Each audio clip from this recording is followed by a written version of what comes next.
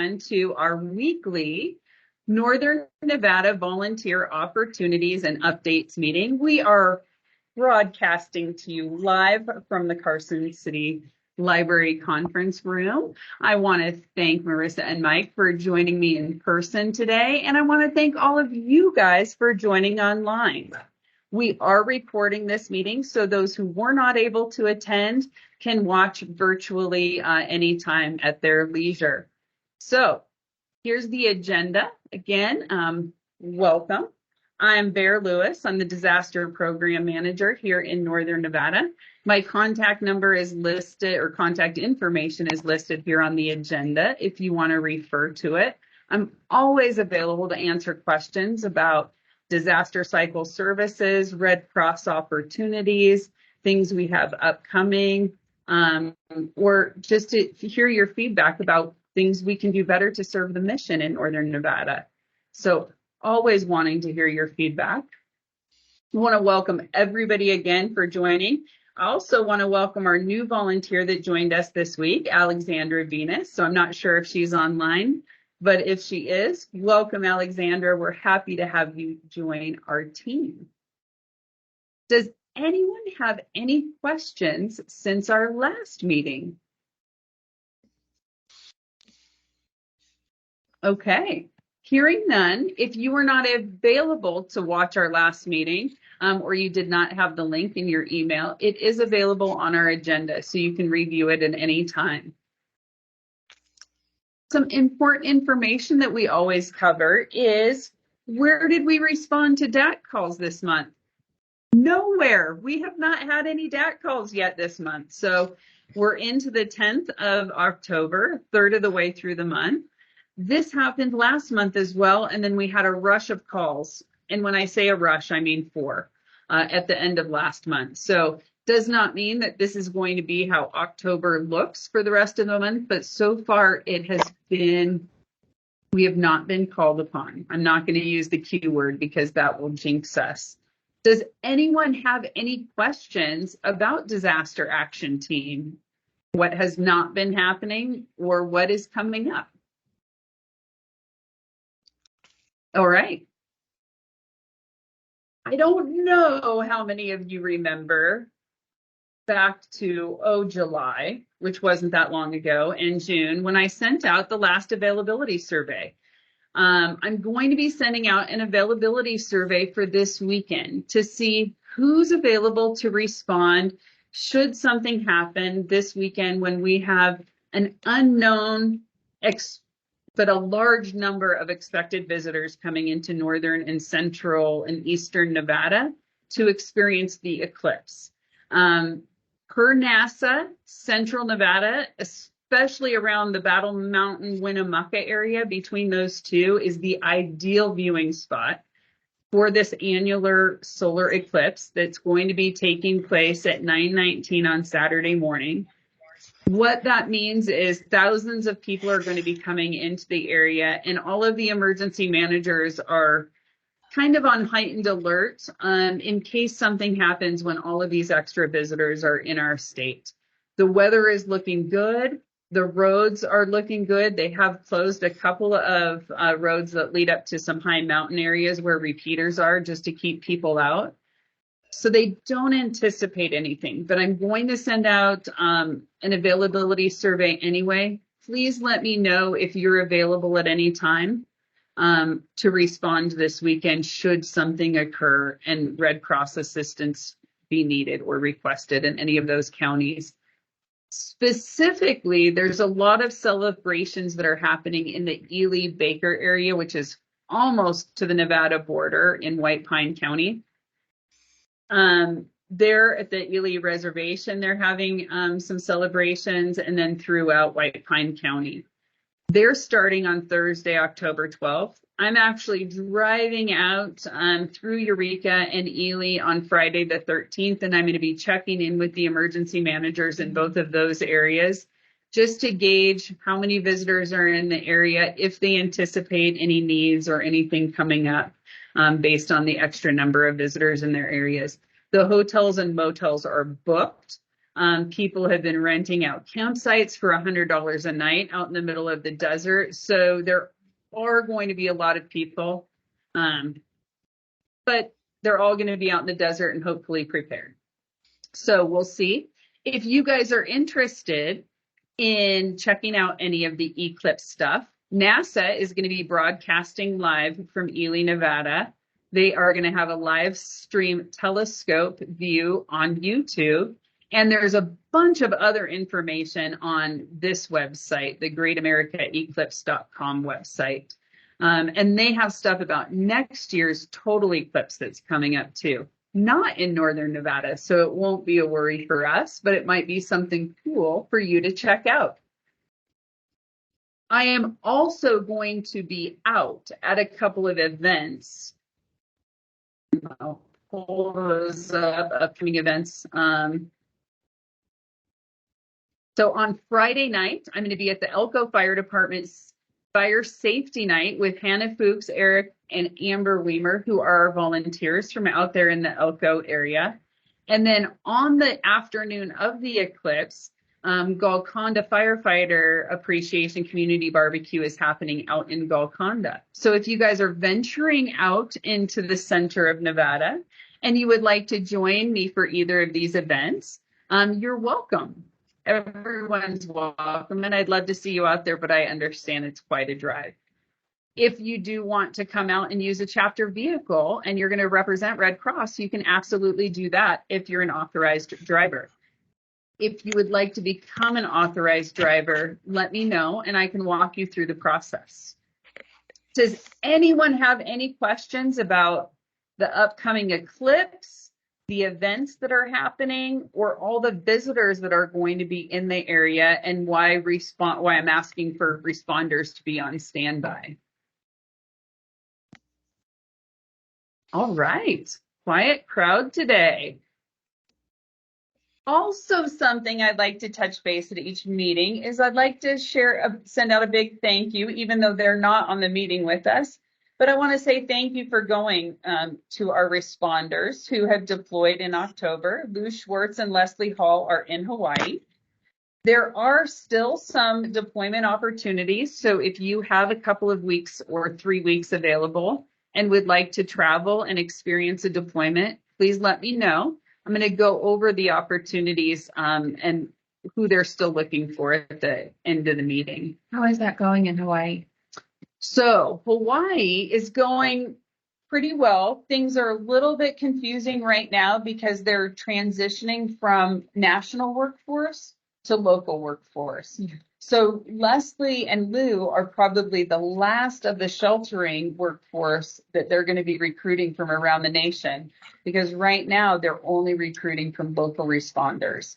And I talked to Leslie and Lou today, both in Hawaii, and they said, yeah, they're working vigorously to train local people so they can take over supporting all of the folks that are still displaced. That's great. So really, really good efforts and progress being made in Hawaii.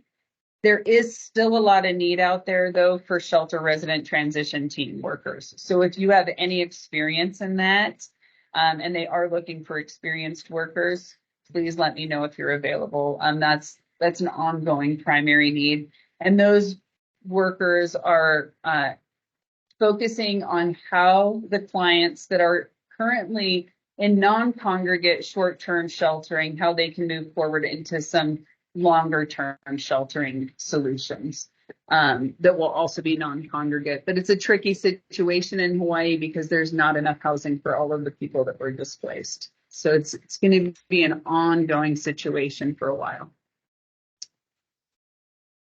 Anyone else have any questions about Hawaii or what's going on there? Okay, so some things that happened since our last meeting. We just finished up our weekly preparedness work group meeting. We have some things on the agenda coming up that we'll talk about. But again, anyone and everyone is always welcome to join us at our weekly preparedness work group meeting that happens just before this meeting. It's always online. Sometimes it's in person as well, but always available virtually to everyone. If you're curious about what our preparedness team does, if you're interested in becoming a presenter or interested in supporting those teams in any way, or if you would like to see some preparedness presentations in your community, join us at the meeting, let us know, connect us with some contacts in your community, and we'd be happy to do the outreach and schedule some preparedness presentations. And we have preparedness presentations for all ages of people 5 years and up. So please keep that in mind and let me know if you have any suggestions. On Saturday, I was out in Winnemucca at the Nevada State Fire Marshal Family Safety Day. It is an annual event that they host in a different part of Nevada each year. This year it was in Northern Nevada. Next year it'll probably be in Southern Nevada, but it was a great opportunity to connect with people from, in this case, Central Nevada. And we got to share preparedness information, disaster preparedness. I was able to do a Prepare with Pedro presentation to about 20 kiddos while they were waiting for Sparky the fire dog to emerge out of his smoky trailer. It was very exciting and fun. And they also had this really, really cool smoker barbecue thing that the fire department lit on fire, and it shot flames like, I mean, over 100 feet in the air. It was quite extraordinary. I actually should have put a photo of it in the agenda. I was really impressed. So really fun event. They made it great for the kids and all family members. So anyone you want to join next year, I will be sure to let everyone know. Also on Saturday night, we were out at the Komatsu tractor place in Sparks. And they basically lease, provide, sell huge tractors and equipment to the mines and any other agency doing gigantic construction work. But it was super cool because we got to climb in the tractors and play in them, and some of them had wheels that were much bigger than us. So just really fun event, great networking. And we're also going to be hopefully doing something similar out at Elko because they have a facility there as well. And hopefully we'll get to come back and do some preparedness presentations to their teams. But it was really fun. And just for anyone who might be interested in joining us next year, they fed us really well. They had an amazing food truck there. And they were like, order whatever you want. And then they didn't meet their minimum order. So they were like, take leftovers. Please order to go. It was super fun, really welcoming. So anyone have any questions about either of those two events we were at? Okay. Some upcoming training that you all might be interested in. For all of you disaster action team responders out there, especially you new responders, you know that disaster action team response fundamentals is a new required course, and it's only offered by an instructor, either in person or virtually. So there's some virtual dates coming up that I've included here.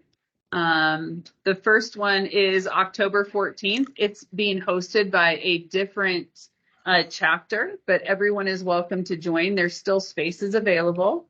It's on the 14th, which is Saturday. Yeah. So this Saturday from 10 a.m. to noon, here's the link to register on the agenda if you guys would like to join. I'll put the link to the agenda in the chat, and I'll also email it out with the video tomorrow. In person, next Monday, no, not next Monday, the Monday after next, on October 23rd, from 8 a.m. to 4 p.m., Betsy Morse, Maureen Kosky, and I are going to be offering basic instructor specialty training at the Reno chapter office in the training room. This is an in-person class only, but this is for anyone who's interested in becoming an instructor and teaching Red Cross courses in person. So if you have any interest in becoming an instructor and teaching anything, any of the activities that you know well and are familiar with, like sheltering or disaster action team, anything like that, please sign up for this course and you can become an instructor. The next day, on Tuesday the 24th, there's another virtual only disaster action team response fundamentals class. The link is here to register. It's from 3:30 to 5:30 p.m. It's being offered by California Gold Country, so our neighbors not too far away on the other side of the border, but it is a virtual course only, so you don't have to travel anywhere. And here's the link to register. And then on the following Wednesday, Jim Rich and Betsy Morse are going to be offering disaster action team response fundamentals in person and online. So it's going to be hybrid. So you can join them at the Reno office in the training room, or you can join online. I do not have the links for those classes available yet, but they'll be in our agenda next week. If you guys are interested, please mark it off your calendar and then look for those links to sign up. Does anyone have any questions about upcoming training? Ooh, I see a hand Chico held. No, mistake. What's that? It was a mistake. Oh, okay. You're just saying hi. High five. I don't know how it happened. No worry. Oh, Jean, you have your hand up. Sorry, I had to unmute me. Oh, For the instructor training that's on the 23rd, what time? Oh, never mind. I see it. It's 8 a.m. to 4 p.m., right? yeah, yep. And I'm sorry I didn't announce that. So yeah, the basic instructor specialty training, it's a full day class. So we'll be serving lunch to everyone that's there. Thank you. And there are prerequisites for that. There are some prerequisites. So if you have any questions about whether you might be eligible or what needs to be completed, please reach out to me. If you sign up, I'll reach out to you and I'll make sure that you have met those prerequisites or let you know what you need to do. Part of the prerequisites is completing an application that's super easy, but it basically is just a form that says, this is who I am, this is why I want to become an instructor, and here are the courses that I think that I would like to teach once I become an instructor. Betsy, is there anything else on that form that I'm forgetting? I don't think on that form, but Okay. there is a virtual instructor class that they have to take. Okay, and I'll include the link for the prerequisite virtual class that Betsy is talking about in the agenda next week, so it's all easy to access, along with the link to that form. And we can talk about them at the meeting if anyone has any questions about them. Thank you. All right. So upcoming events and opportunities. I already told you guys about the events this weekend in Elko and Golconda. Again, reach out to me if you're interested in meeting me out there at any of those events. We have our preparedness meeting coming up at 3 to 4 p.m. next Tuesday. We have this meeting coming up from 4 to p.m. Again, these are weekly meetings that occur every week at the same time. On the 26th, we have Hawthorne Spook Night. We're going to be out there in Halloween giving out candy and stuff. So please join if you are able to. Again, that's a really long drive. If you're interested in carpooling, I will be driving down there and back that day. I won't be staying the night anywhere. So please let me know. I'd love to have your company. On the 28th, we are going to be at the Nevada Day Parade here in Carson City. We're going to be in our herb, and hopefully everyone who would like to attend will come dressed in different periods from throughout the last century. We're celebrating that Red Cross has been active in Nevada for over 125 years. I would love to dress like Clara Barton or a super 60s chick. I haven't decided. It's going to be one of those two. It'll probably come down to where I can find a costume easiest. But would love to see you guys all there with your families dressed up, ready to have fun. We'll be carpooling from the Reno office that morning, so I'll share those details probably at our next meeting when we're meeting up and how many vehicles we're taking and all of that good stuff. So if you don't feel like driving and you're headed from the Reno area, we can all carpool. I have a question about Yes. the Nevada Day Parade. Yes. What's So- your question? Seeing how I live here, where do we meet that day? So that is a very good question and details that I do not have yet, but I will get. Okay. So I'll share those out at the next meeting and make sure that we all have the game plan. Okay. Because right now I just know we're invited and we're signed up and the parade starts at 10 a.m., but I don't know exactly where the staging area is and all of that good stuff. Near Sportsman's Warehouse is. I think it's like I think Stewart? it's generally that area. Sportsman's I Warehouse. don't know But if it starts at Stewart or ends at Stewart or it starts it on goes south to north, okay. South. but you need something exact, so you kind Yeah. of find that out. I'll let you know. And I'm guessing that there's going to be a lot of participants. So there might even be an exact area of like where we need to be. Yeah, it's close to 3 to 4.5 hours long. Yeah. So I will find out those details and be sure to share them with everybody next week.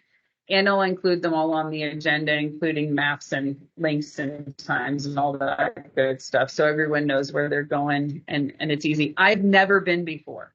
So does anyone on the line or in this room have feedback for what we should expect? Besides that it's 3 to 4 hours long. It's fun. It's fun and people will wave at you no matter if you belong in there or not. It's fun. It really is fun. Okay. I did have one Horses, so- question. How far do you have to walk? Like I know it's 3 or 4 hours long, but how if you from beginning to end, if you're walking through it, how far do you actually have to go? I think this is probably about a mile. It's roughly Yeah, 2 miles. About a mile. Yeah, about a mile. one and to a half. No, Yeah, it's roughly 1 to 2 miles. It's not that 2 long. miles. Okay. Yeah, we're hearing 1 to 2 miles. I would say 2 miles to just be safe if you're worried about it. At the most, Yeah. 2 miles, but it's really not that long. Yeah. Maybe with parking and walking and free staging and stuff. Yeah. So yeah, be prepared for 2, but it's probably a little bit shorter, it sounds like. Okay, thank you. Yeah. And we would love to see Ember there. I know my mom's here too, and I don't know if she wants to walk that far, so we might be waving from the sidelines this year. Well, I think she could probably hop a ride in the Irv. Oh yeah, okay. I'll ask. Yeah, you ask her. I think that would be awesome if we can make it happen. She maybe she could hold Ember. I don't think a car seat is required when you're going that slow in a parade. Any other questions about the parade or upcoming events? Okay, well, this is my opportunity each week to talk about different team members that we need and teams that we're trying to build up. So first on the list is instructors, which is a perfect follow-up to the training that we have coming up. So again, if you guys are interested in becoming instructors in anything that you're familiar with, or even in something that you'd like to pursue and are not familiar with, let me know and we can see how that can happen.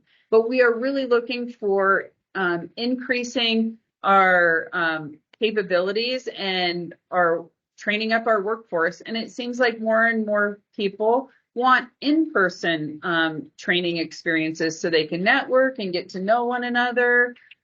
So the more in-person instructors we have, the more we can make that happen. So let me know if you're interested.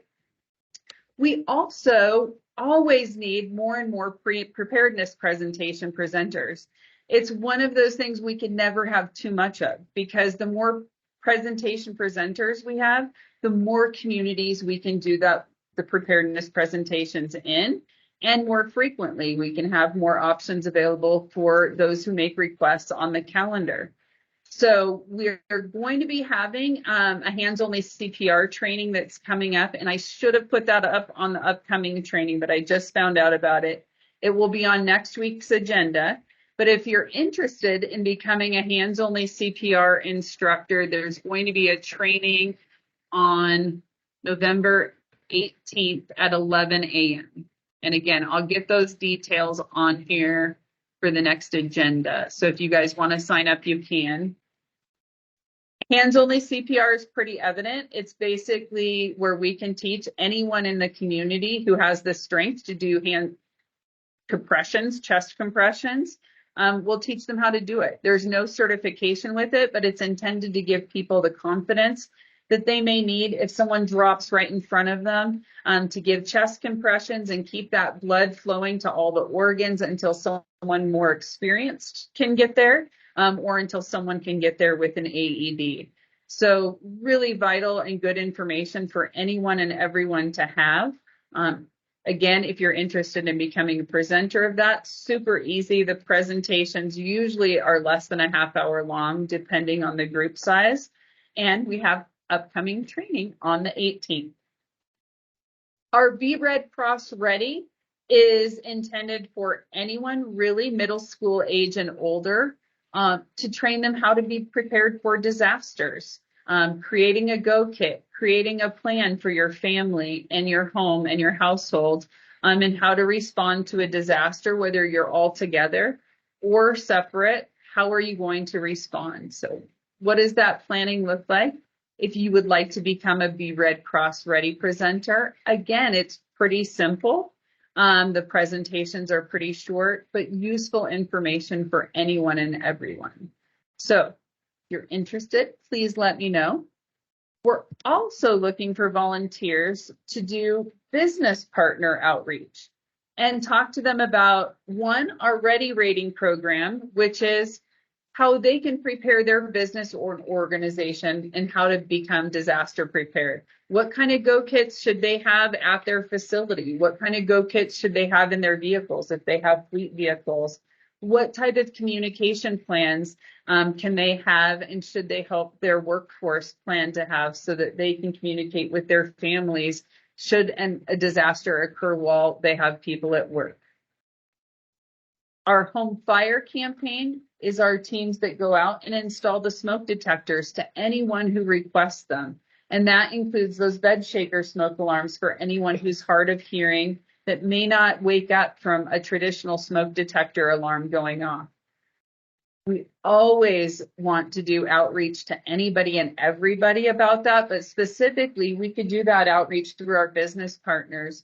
A lot of people don't know that we have that service, and it's great for everybody. Should have smoke detectors. So it's for our home fire safety. Anyone have any questions about team member needs? Didn't we just start the home fire campaign just recently? No, our home fire campaign, I know, that's what these meetings are all about. I just saw it posted So I'm glad you brought that up though. So I'm actually going to bring up, there was a post that you guys may have seen, and you may have seen a little snippet on the news, because we do promote our home fire campaign as often as we can, especially as we're getting into the winter months, because there's that many more home fires that occur from heating systems. People may be using unsafe heating systems for the type of dwelling they're living in, or things just happen. But the more people use heating systems, the more home fires occur. Also, most home fires start in the kitchen. So they did, because it's Fire Prevention Week. This is our volunteer Cass right here, if you guys can all see her. And she is with our local Reno Fire Department chief. And they did a little segment on home fire safety and home smoke detector installs. But we've been doing it for years. And every week, our home fire campaign teams go out on Wednesday and Friday if they receive requests. So people can make requests for smoke detectors either by calling us, or they can make a request online through our website. So it is something ongoing. That is also an opportunity. If you guys want to join one of our home fire campaigns or start a new team that goes out on a different date and time of the week, that is always an opportunity. But right now we have teams that go out Wednesday and Friday, and they'll go pretty far. For any requests that come in that are outside of the area they'll let me know, and we can coordinate with other team members in those areas. But they'll come to Carson City, they'll go out to Fallon, so they'll go out pretty far. Okay. Any questions, you guys, about our home fire campaign, the outreach we're trying to do, or any other opportunities? Okay, well, thank you, Marissa, for asking those questions. I always appreciate questions, you guys, because then it's not just the bear show. Chico, do you have your hand up still, or do you have a question? My computer's acting up. Oh, I think you just like giving me high fives. See, And you've I'm got okay with it. I'm here twice. All right, you guys. Well, now we're going to talk about deployment opportunities. So we touched on Hawaii a little bit, but there are now some virtual opportunities which haven't been showing up that frequently recently. So if you guys are interested in supporting disaster relief operations virtually from the comfort of your home, you can do that as a duty officer, or if you're on our disaster mental health team. They're looking for members to work virtually on both of those. If you've been curious about becoming a duty officer, or if you are a duty officer but you haven't had an opportunity to get a lot of experience, deploying as a duty officer, especially to an area like Texas where they're looking for responders, will give you the experience you're looking for, because they get a lot of calls, which is why they are recruiting nationally for support right now. They're actually looking for DAT responders in Beaumont, Texas as well. So again, if you want more experience working DAT, you've trained up to become a disaster action team responder, but you haven't been able to go out because thankfully we have not had a ton of calls in Northern Nevada. This is an experience, or this is an opportunity for you to get some experience. And it's going to look probably pretty crazy because I think this is the Houston response area. And so, yeah, it's a busy, busy spot. So if you're interested in experiencing disaster action team in another area, getting some experience, that one might be for you. They're looking for disaster health service workers in Maui. That still requires a 3-week deployment, except for some special circumstances. But if you are a disaster health services responder and you're interested in going to Maui, please let me know. And I mentioned before, they're looking for shelter resident transition team members in Maui for 3-week deployments. They're also looking for shelter resident transition team members in Gainesville, Florida. That would be just a traditional 2-week deployment. So if you're interested in going in shelter resident transition and you have experience, please let me know, because they're always looking for responders, and they're going to be looking for responders for a long time for shelter resident transition, at least in Hawaii. As always, this is your friendly reminder. If you attended this meeting or if you watched this the recording of this meeting, please record your hours. Recording your hours does a lot of things. It, one, lets National know how engaged our volunteers are. They use that information to share with all of those major donors out there. They can say, hey, Walmart, hey, big donor folks, Amazon, whoever out there might have big, big dollars to spend. Our national teams have dedicated this many hours towards disaster responses throughout the nation. Locally, we can use that information. Our executive director will use that information when she goes to those she's looking for local donations from. And she'll say, hey, this is how many hours our Northern Nevada responders have dedicated to responses in Northern Nevada and to helping make Northern Nevada more prepared for disaster. So it's really about talking points, and it helps us recruit more volunteers as well, because if they see we're spending a lot of hours doing a lot of stuff, they'll want to join our team because they'll see we're doing a lot. Anyone have any questions about why we ask you to record those hours all the time and what that's about? Okay. Any closing thoughts before we talk about joining next week for our meeting or our upcoming in-person meetings? Any closing thoughts? Okay.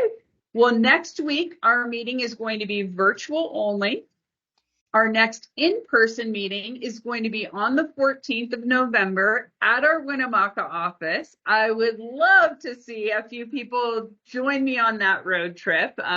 We'll be carpooling from the Reno office, but we have a great location there, and I'd love to show it off and have a little Thanksgiving celebration with the team there and anyone else who wants to join us.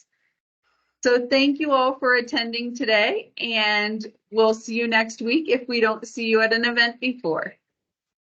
Bye, everybody. Bye.